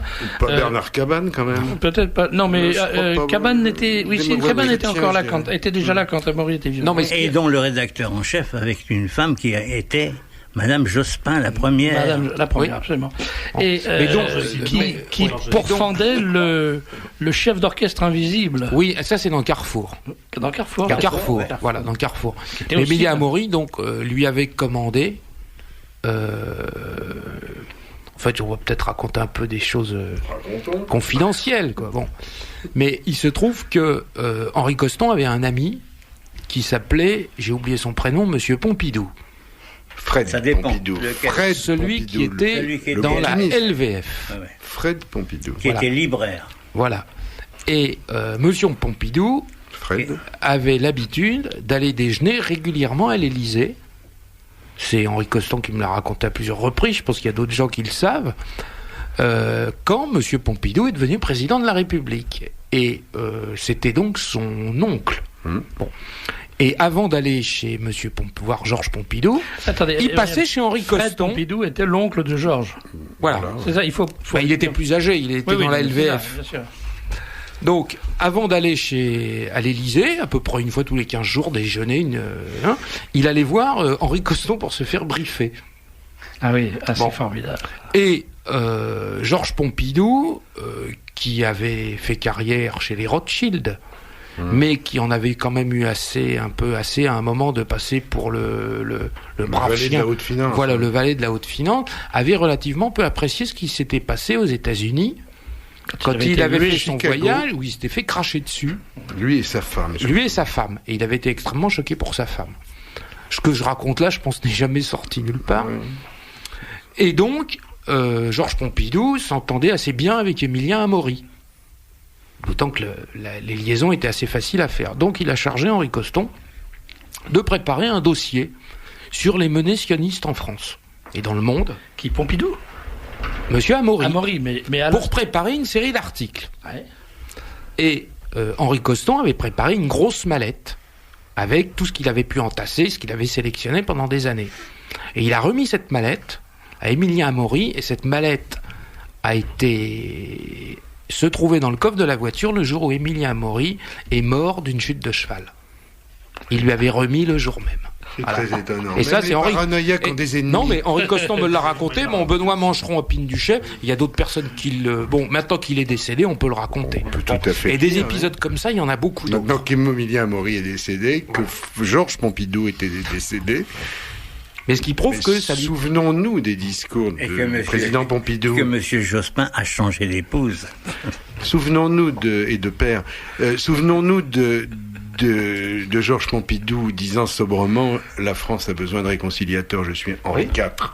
C'était très exactement à cela dont il pensait. L'affaire Touvier. Il pensait. Alors, qui veut se livrer à l'exercice? Parce que je pense qu'il faut le faire maintenant, de faire un portrait physique de Coston. Parce que nos auditeurs, beaucoup d'auditeurs ne l'ont jamais vu. Et c'était quand même un personnage qui mérite... Il y a Roland Gaucher qui l'a vu, qui était séduit par un discours de Coston dans un meeting. Il a une chance extraordinaire, Roland Gaucher. Il faut dire que c'est un grand journaliste aussi. Et s'il a rencontré Coston, c'est sûrement dans un meeting, parce que ça peut pas être dans une autre circonstance. C'est les francistes ou le PPF. Mais non, je veux dire... Mais si. Mais il n'a jamais pris la parole en public, il ne voulait pas prendre la parole. Si, aux francistes, il la prenait, la parole. Quand ils avaient été attaqués par... Ah ben non, revenons pendant l'occupation. À ce sujet, c'était donc un homme qui effectivement... Il a fait campagne électorale à Alger aussi, donc il a forcément pris la parole. À l'époque, Roland Guillot était très très jeune. Non, mais il parlait en public, Henri Coston. Il était très jeune, non. Il avait... Quand Coston se présente à Oran comme candidat d'Union latine... Ah non, c'est pas à ce moment-là. Non, je sortais vraiment un truc qui vaut 2 centimes. Donc on arrête, je le ravale. Ouais, mais pas alors, ça. mais Henri Coston était un... 22 ans, 23 ans. Henri Coston était un homme... Il a su... Petit, mais pas forcément plus petit que les gens de son époque. Bon. Mais ce qu'il y avait, c'est qu'il était moyen. Il était moyen, voilà. et c'était un homme qui était mince. Moi, je l'ai jamais... Bon, je l'ai connu pendant, 25 ans à peu près. Il était très mince, maigre, plutôt souffreteux. Et tous les gens que j'ai connus m'ont toujours dit qu'il l'avait toujours connu comme ça. Mais qu'il les enterrerait tous parce qu'il avait une espèce d'instinct de vie assez extraordinaire. Et j'ai vu des photos de lui dans les années 30 où il est exactement, il est de quelqu'un de mince. Avec les cheveux longs. Il y a une admirable photo de lui avec Ploncard-d'Assac et où ils font... Jacques. Beau jeune gens. Dégageurs. Oui. Mais c'est des chasseurs à pied. Il était extrêmement. Ce qui m'avait frappé. Il a été marié 3 fois. Ce qui m'avait frappé, c'était son élégance. C'était un coquin. Il était sapé Milord. Absolument. C'est toujours. Et même puis très quand il y tard. avait une jolie dame dans l'assistance, mine de rien, il interrompait. C'est un discours extrêmement sérieux. Je voudrais vous dire, Monsieur François. Et le regard courait, on avait compris que c'était pas un veau qui venait de passer. Et ce qui est amusant, pour conclure sur ce point, c'est que sa dernière création, ça a été Nous les Françaises. Il avait 86, 87 ans quand il a décidé de lancer Nous les Françaises. Bon, ça n'a pas... Évidemment, il a vite été occupé par d'autres sujets. Sûr qu'à 86 ans, on intéresse moins les Français. On va interroger Mathilde Cruz sur la question. Elle n'est pas là, elle est partie. Elle a pris sa retraite, Mathilde. Elle est là, elle vous attend.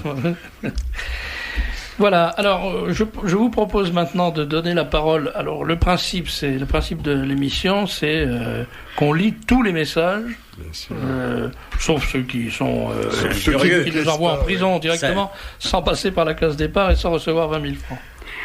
Sur Henri Coston, une auditrice nous dit « Henri Coston avait été affaibli définitivement par la grave agression qu'il avait subie malgré son grand âge d'un secrétaire de Gaubert. » Non, c'est pas un secrétaire de Gaubert, c'est un journaliste de l'événement du jeudi. Un photographe, très précisément. Je lis ce qui est écrit entre guillemets. Non, c'est pas un photographe. Ah bah. Non, puisque moi j'ai le nom. L'événement du jeudi. Oui, j'ai le nom de la personne, puisque je lui ai montré le. C'est Cannes. Il m'a raconté l'épisode, etc. Bon, il s'est trouvé que j'ai eu l'occasion de faire des photos d'un certain nombre de gens, mais il y avait quelqu'un de très précis auquel je pensais. Je lui ai montré la photo, et sa femme était là le même jour où il était agressé sur le trottoir, et où finalement, il a été violemment projeté par terre et où il a eu le fémur qui s'est fissuré. Mais comme ça apparaissait mal à la radio, en fait, le fémur s'est cassé au bout de plusieurs mois. Il avait de plus en plus de mal à marcher. Après, on lui a mis une prothèse, ça n'a pas marché. Enfin, c'était un peu à l'origine de son décès. C'est un journaliste de l'événement du jeudi, oui. C'est un homme se disant journaliste. Non, il avait la carte. Oui, mais il avait la carte de presse. Ah oui. Non. C'est pas parce qu'on a la carte de presse qu'on est pour Henri Coston, à qui j'avais vraiment donné les éléments, qui au départ avait porté plainte contre X, je sais pas pourquoi, enfin bon, c'était peut-être un peu la vieille, a pas souhaité porter plainte nommément contre la personne, alors qu'elle était clairement identifiée par lui, sa femme et un autre témoin. C'était peut-être pas la vieille, c'était peut-être la sagesse. Alors, sur le début de l'émission, en tant que Français, je suis rassuré. À voir comment les autorités sont capables d'assurer la protection d'un stade, on se dit que la France est en sécurité. C'est bien d'être optimiste. Monsieur de Beketch, vous avez l'air d'être satisfait de ce qui est arrivé aux États-Unis, à New York. Continuez donc à manger du couscous. Ça n'appelle pas de réponse. C'est une interprétation. Je préfère être du côté des Américains qui nous ont déjà aidés pendant la guerre que d'être du côté des islamistes qui viennent nous envahir. Il faut être cohérent et choisir son camp. Moi, je voudrais qu'on m'explique pourquoi on est obligé d'être d'un côté. Peut-on... Moi, je vais dire comme Mimoun. Je ne suis ni de droite ni de gauche, je suis de France. Voilà. Alors, je suis ni d'Amérique. Il y a quand même une chose à dire, là. Une chose à dire, c'est que les Américains qui sont venus nous sauver, ils nous avaient mis dans une drôle, de panade depuis 1918 jusqu'en 1939, parce que ils ont eu une grande responsabilité dans ce qui a amené la Seconde Guerre mondiale, la Deuxième Guerre mondiale. Peut-on vraiment reprocher à l'islam d'être dynamique et de propager son message ? Est-ce de sa faute si les Occidentaux délaissent le christianisme et choisissent à sa place l'athéisme et le libertinage ? Je reprocherais plutôt d'être dynamite que dynamique, mais... Lundi dernier, nous dit cette auditrice, j'ai eu une discussion particulièrement animée avec une famille maghrébine que je connais bien depuis des années. La fille aînée m'a affirmé « Nous haïssons les Américains, mais nous les craignons et avons du respect pour eux.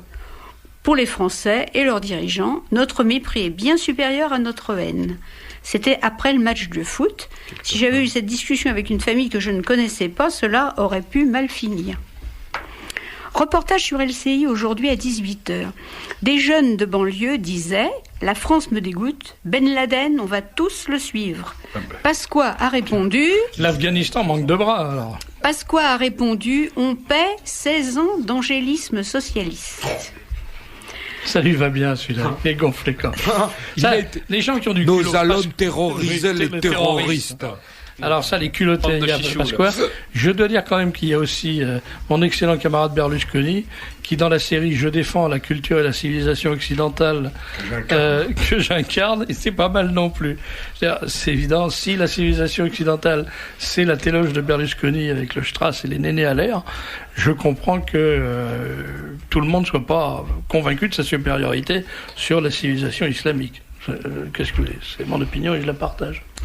Félicitations à Serge de Beketch, non pas pour ce que vous venez de dire, mais pour tout à l'heure. Monsieur Bush, père a occupé l'Arabie Saoudite. Monsieur Bush, fils, prend pied en Asie centrale pleine de pétrole. Quelle famille ! Il est surprenant que les États-Unis ne détruisent pas la moindre plantation de pavots en Afghanistan, ce qui est pourtant la principale ressource. Qu'en pensez-vous ? Elle était jusqu'à l'année dernière. Ils ont payé, ils ont donné du fric, combien ? 75 millions de dollars ? C'est ça ? Pour arracher les plants de pavots. Alors naturellement, les pages d'Aran ou je ne sais quoi, ils ont pris le fric, ils ont laissé les plants de pavots. C'est vrai qu'il n'y a personne pour aller vérifier. Une auditrice, je suis contre la politique américaine au Moyen-Orient, je suis contre l'embargo sur l'Irak, j'ai soutenu les Serbes, mais depuis le 11 septembre, je pense que c'est notre société occidentale qui est en danger, ainsi que ce qui reste du monde chrétien. Bien d'accord. Félicitations à M. Brignot qui va aux véritables causes des guerres. L'Alliance, sur LCI toujours, l'Alliance du Nord a dit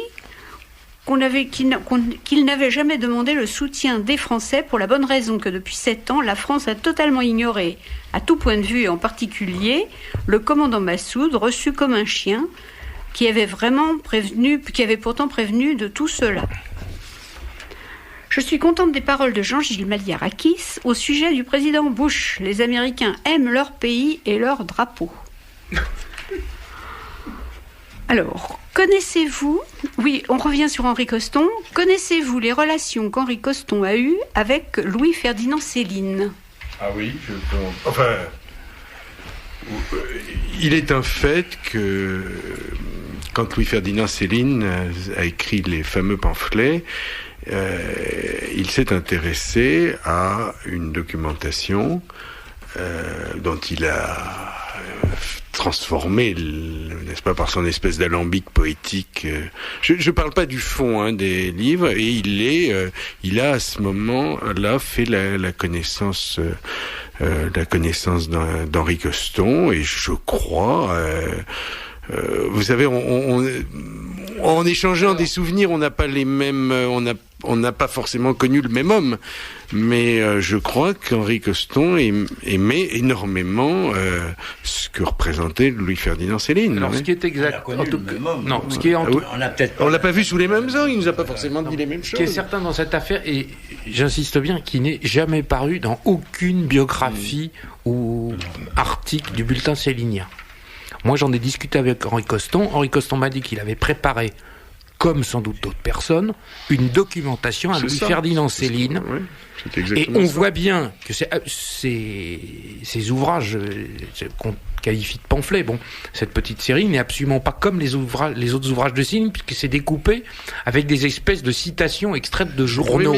Et on n'imagine pas du tout Louis-Ferdinand Céline, même s'il écrivait pendant des trucs avec des passes à linge, découpant pendant des années des petits articles, et il fallait que bien quelqu'un lui ait fourni la documentation. C'est quand même extraordinaire de penser que actuellement, il y a peut-être un ouvrage qui paraîtra sur la question, parce que Alain de Benoît avait publié un ouvrage assez intéressant sur Louis-Ferdinand Céline et l'Allemagne en coédition avec le bulletin célinien, et depuis il a continué sur la question, et il m'a dit qu'il avait fait beaucoup de découvertes sur les liens qu'avaient eu Coston et Céline au moment de cette affaire.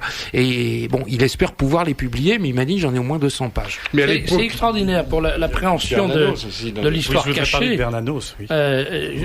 Juste un mot, pour l'appréhension de l'histoire cachée, c'est extraordinaire de penser que Coston a pu être le documentaliste de Céline, de Lucien Amaury et de Pompidou. On va pas aller jusque-là, on va dire c'est un documentaliste. Oui. Parce que Céline, c'est un raccourci. Juste une chose, Céline dit « Je me suis marié en Bretagne, histoire d'éviter les foules et les emmerdements ».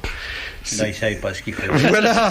Voilà ce que je veux dire. Il y a une déformation des faits dans le génie poétique et authentiquement celte de Bardamul. De toute façon, tu peux te marier où tu veux, tu n'évites jamais les emmerdements. Ça, c'est grave. Ah non, il y a une chose, c'est que il a travaillé sur des documents, il a une inspiration, il pense à l'antisémitisme, mais il a une expérience personnelle qui lui a donné des réactions personnelles. Et pour nourrir, il s'adresse à des gens qui ont étudié le problème. Et alors ? Et Et Henri Coston n'est pas le seul. Henri Coston a une petite équipe. Et Coston, c'est toujours... Alors, c'est quand même un point qu'il faut quand même bien ramener à ce que disait Emmanuel Ratti au départ. Coston, c'est toujours la question du gros argent, de la plutocratie. C'est ça son problème. Oui, et puis des forces cachées qui dirigent le monde, c'est toujours. Donc c'est pas forcément uniquement à cause de l'argent, c'est aussi pas pour des idéologies, parce qu'on a oublié un mot et qui est un mot clé de son œuvre, c'est la franc-maçonnerie, la lutte contre la franc-maçonnerie. Si on parle de Coston sans parler de ça, on ne dit rien. J'ai écrit 2 ou 3 livres. Si j'avais pas eu avant les compilations fantastiques d'Henri Coston, j'aurais pas pu l'écrire, comme le bouquin que j'ai fait sur Ferry, le pamphlet que j'ai fait sur Ferry, et on ne peut pas écrire, par exemple, l'histoire de la Troisième République sans lire la République du Grand Orient. Tout y est, non, pas tout y est, beaucoup de choses. Et on revient à notre premier problème, que c'est fabriqué sous le pommier. Maison tous le dimanche, et parce que peut-être en semaine ils n'ont pas le temps d'écrire. C'est formidable d'avoir ça, et parce que quand il n'a pas le document, il donne l'indication qui permet de le trouver. Il donne le nom, la référence. Il référencie toujours. Ce qui fait que pour celui qui écrit après lui, s'il n'y a pas eu ce premier travail, ce premier pic dans la mine, on n'aurait pas pu le faire, mais brusquement. Et il a écrit un petit livre sous un faux nom, Saint-Pastour, je crois, et où il donne le nom des maçons. Au Parlement. Au Parlement depuis 1871 jusqu'à 1940. Grâce à ça, j'ai pu, moi, trouver le nom des maçons qui avaient voté pour le maréchal Pétain le 10 juillet 1940. Et alors, et Bernanos, alors Alors Bernanos, si on veut, il faut lire un texte remarquable de Bernanos, qui est dans Les Financiers qui mènent le monde. C'est quand Henri Coston, tout jeune, reprend le titre fameux qu'on n'a pas le droit de citer, puisqu'il y a libre parole. Et il dit, enfin je vais essayer de le paraphraser, il dit, faites attention à une chose, quand on met une enseigne sur sa boutique, qu'on voit venir des gens qui sont imprévus. Et il pensait aux sots. Il pensait plus aux sots qu'aux méchants. Et ce texte, je crois qu'il faut le relire si on veut comprendre aussi la déformation de tout ce qu'a fait Coston, parce que moi, je voudrais souligner aussi une chose. Je trouve formidable qu'on ait l'occasion d'en dire du bien. Bon, d'autres pourront s'acharner à en dire du mal. Mais ce qui était extraordinaire quand j'étais jeune, et ce qui, pour moi, m'impressionnait beaucoup chez cet homme-là, c'est que c'était l'homme que tout le monde lisait, mais que personne ne citait. Même son nom était interdit. On ne le disait pas. Et peut-être que ce que vient de dire François Brignot à propos d'un des sujets de Coston, qui est cette société philosophique et philanthropique qui fait la gloire de la France et qui peuple aussi les allées de la République. J'espère que je ne vous ai pas choqué, au moins. Pas du tout, cher François. On en a entendu d'autres, et des pires. Benoît, un mot sur... Non, juste un mot au sujet de Bernanos, parce que c'est très important. On peut quand même citer Drummond à propos de Coston. À propos de Bernanos aussi. Et à propos de Bernanos, parce que il faut savoir que Bernanos a aussi profité de certaines lumières de Coston en ce qui concerne Drummond. Mais on n'a pas idée. Il faut lire les mémoires de Daudet, le journal de Léon Daudet, pour mesurer ce qu'a été... c'est ce qu'il m'avait dit. Ce qu'a été l'émergence. Il m'a montré une lettre, notamment. Parce que la grande peur est de 1928. Oh, je ne sais plus la date exacte de la première parution de la grande peur des bien-pensants. Je penche un peu pour le questionnement de François Brignot. Je crois qu'on a tous grandi dans la lumière de Bernanos. Qu'il est connu, Coston, après... c'est incontestable. Ça, c'est incontestable. Non, mais il y a eu des lettres, je ne sais pas si... Il y en a une qui est publiée dans Les Financiers qui mènent le monde. Il y a eu des lettres entre Bernanos et Coston qui y ont été publiées dans les études bernanosiennes. Il y a plusieurs pages. C'est vrai qu'ils étaient en correspondance. Oui, mais... Tu lui as apporté ces lumières, ça je pense pas. Je penserais plutôt le contraire. Il a écrit à Bernanos après le livre. Mais, encore une fois, Il faudrait la vérifier. Le documentaliste n'est pas là. Mais on peut donner aussi un Il n'est autre... plus là. Non, mais Avant de finir, on peut donner un autre exemple aussi qui est quand même assez extraordinaire.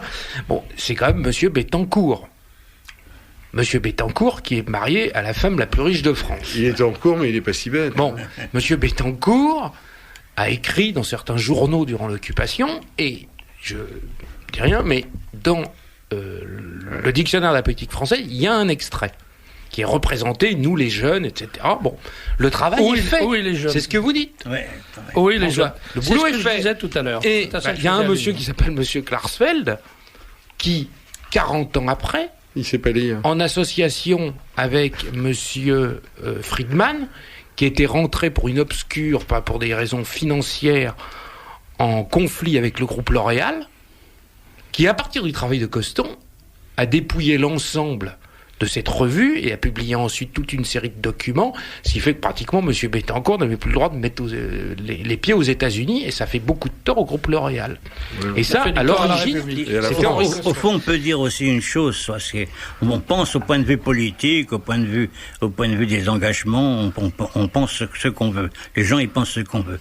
Mais quand on a fréquenté intellectuellement et professionnellement Coston, et quand on a fréquenté intellectuellement et professionnellement Faurisson, on prend, quand on est journaliste, on prend des leçons de travail tous les jours. Merci François. On reprend la parole après la coupure technique. Ouais, c'est le mot que je cherche toujours. Bien, sans désemparer, la suite des messages, Victoria. Alors, on nous signale que le dictionnaire tome 5 d'Henri de Coston est toujours disponible à la Licorne Bleue, 3 bis rue Jules Vallès, dans le 11e, 01 46 59 18 20. Coston avait créé une nouvelle société Henri Coston pour l'exploitation de son œuvre avec Mademoiselle Boucher et Thierry le libraire. Qu'on se rassure, ces livres seront protégés. Monsieur Ratier, bravo, mais comment faire pour vérifier la validité des informations ? Il faut faire comme lui, il faut travailler 24 heures sur 24. Je sais pas, les miennes, c'est pas difficile, si je me trompe, Boum, directement. on me rate pas, c'est pas compliqué. Hein. Pouvez-vous donner quelques titres de livres ? Quelques titres de livres d'Henri Coston. Alors, Il les donnera Benoît à la fin. Mancheron. Alors, voilà. Non, Oui, je mais peux maintenant, il peut. Outre les 4 tomes du dictionnaire de la politique française, et j'insisterai particulièrement sur le premier volume, qui est une mine de renseignements sur les hommes politiques, le monde politique du début du siècle et de la fin du siècle dernier. Vous pouvez trouver Les financiers qui mènent le monde, qui est quand même le livre phare, qui est toujours disponible, à la diffusion de la pensée française, du Gain de diffusion, ainsi que la plupart des autres ouvrages du type Partis, journaux et hommes politiques, ainsi que Le Veau d'Or est toujours debout, etc. Le dictionnaire des changements de nom, auquel Emmanuel d'ailleurs a collaboré dans la réédition qu'il a repris, commune. La République du Grand Orient, La République du Grand Orient. extrêmement importante. La fortune anonyme vagabonde. Les Juifs dans la France d'aujourd'hui, sous le pseudonyme de Gigès, etc. Ça n'existe plus. Voilà quelques titres. Alors, Monsieur Serge de Beketch, pour les élections présidentielles, je vous conseille de demander conseil à Claude Reichmann, qui s'est déclaré candidat mardi à cette radio. Allons. Étant donné qu'il ne fera pas 5%, il doit avoir des fonds et savoir en recueillir. Il est candidat aussi, lui. Et une Je croyais auditrice. être le seul candidat de Radio Courtoisie. Et une auditrice, ce soir, je comprends mal l'humour de Serge de Beketch quant à la candidature du docteur Reichmann, dont là, le programme aurait l'avantage de remettre la France sur ses rails, ce qui prouve qu'une union en dehors de la gauche serait possible. Mais j'ai pas parlé de ça du tout. J'ai dit que j'étais candidat, moi. J'ai dit je suis candidat aux élections présidentielles. Aidez-moi, connaissez mon programme, envoyez-moi 700 francs, 4 places France Litz, 75 010 Paris 10e. Et pendant 1 an, vous recevrez tous les 10 jours le Libre Journal dans lequel il y aura mon programme. Qui n'est pas compliqué. Pas d'impôt. La retraite pour tout le monde à 10 000 francs par mois. Pas de cotisation de retraite. Le transport gratuit. Enfin, je vous dirai la suite plus tard. Vous verrez, c'est un programme formidable. Le premier, on supprime les impôts. Un auditeur demande de préciser l'adresse du restaurant chez Amar où l'on mange du très bon couscous. C'est en face de... Presque en face de Saint-Nicolas, un peu à droite. Vous traversez et vous marchez En face à droite. Voilà. Chez Amar. Voilà. Vous demandez chez Amar et puis vous irez manger le couscous. Pouvez-vous rappeler Les Le corps... très bon couscous, c'est surtout le dimanche. Voilà. Après la messe. Avec un des meilleurs, ça je peux le dire, oui. un des meilleurs gigots de Paris. Absolument, un des meilleurs À des gigots, prix parce que Amar- défiant toute concurrence. Amar est le seul musulman intégriste catholique. C'est compliqué, mais c'est comme ça. Il est berbère et on peut boire quand même du vin chez lui, c'est bien. C'est même recommandé. Pouvez-vous rappeler, Monsieur Brignot, les coordonnées de vos éditions et les titres disponibles? Eh ben, alors moi je vais le faire à la place de François parce que je sais qu'il a horreur de ça. Donc voilà, alors Non, il faut... Là, il y a une petite chose Il y a- que je voudrais qu'on dise aussi. Ben voilà, il y a les auto-éditions François Brignot. Et alors, les auto-éditions François Brignot vous proposent vous font une offre exceptionnelle. Non, Juste, je vous voulez veux pas dire un mot. Allez, dites-le.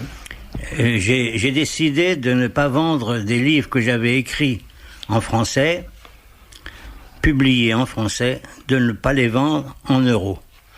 Par conséquent, je décide de vendre le stock qui me reste.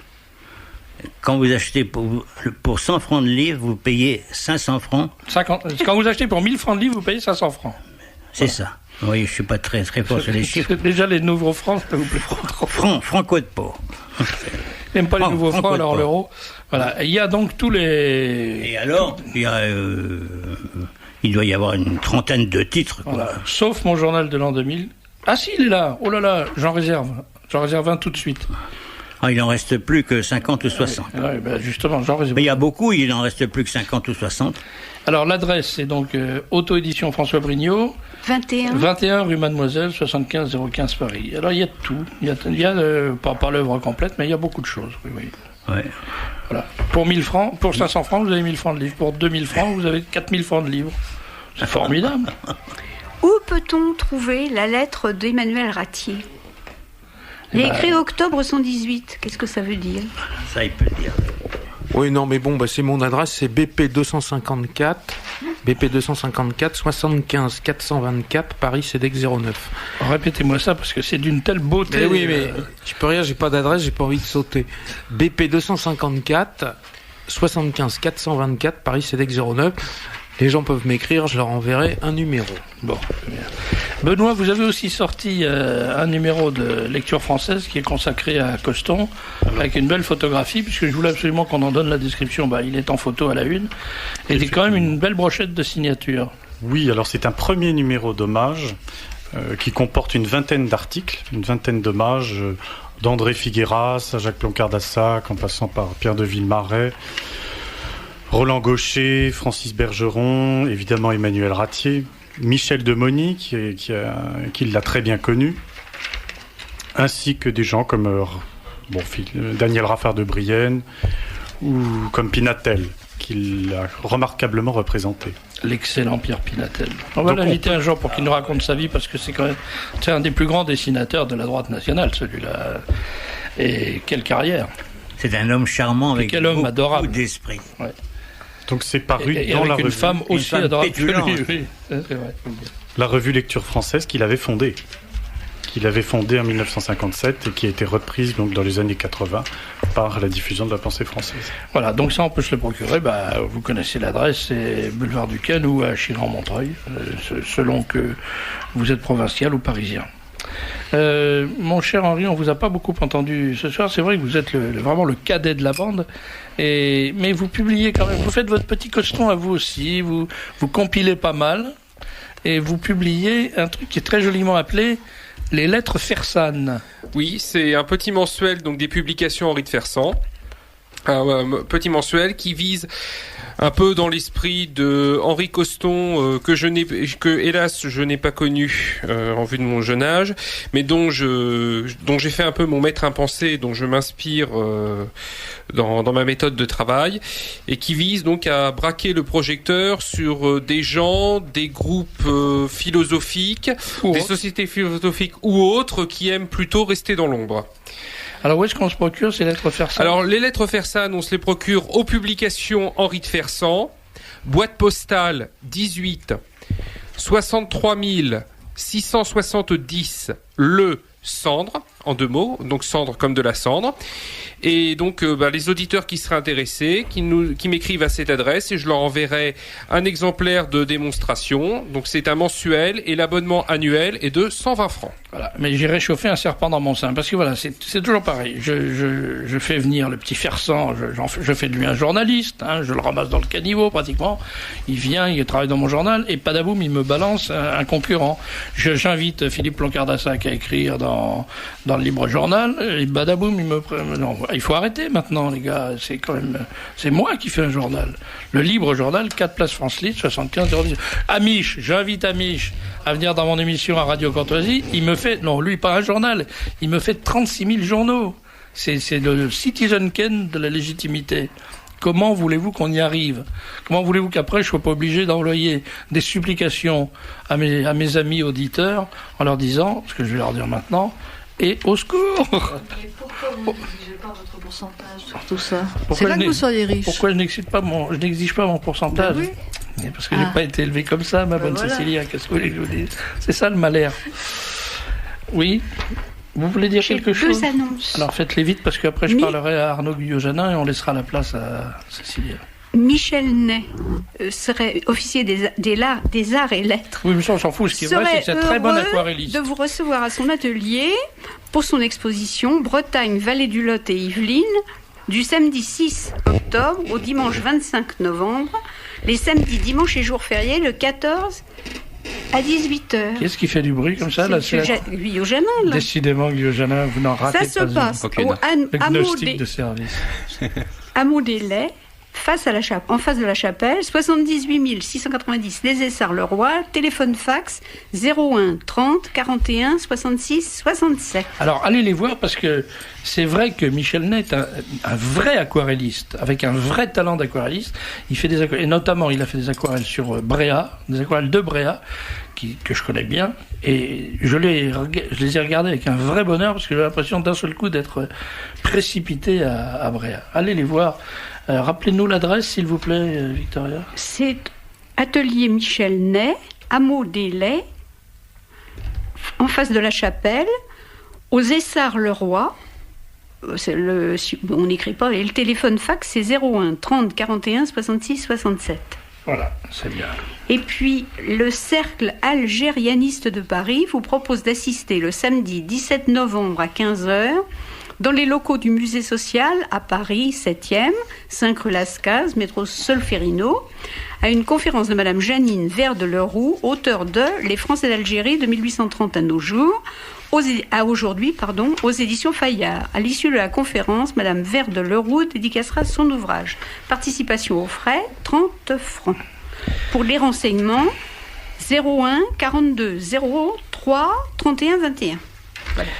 Alors, Arnaud, je vous ai demandé de venir ce soir parce que vous avez eu une initiative qui me paraît très heureuse. Vous avez lancé le collectif Non à Halloween. Oui. Et on est en plein, là. Ça démarre. Ça a commencé. On commence à voir apparaître des têtes de mort dans toutes les boutiques, y compris les charcuteries.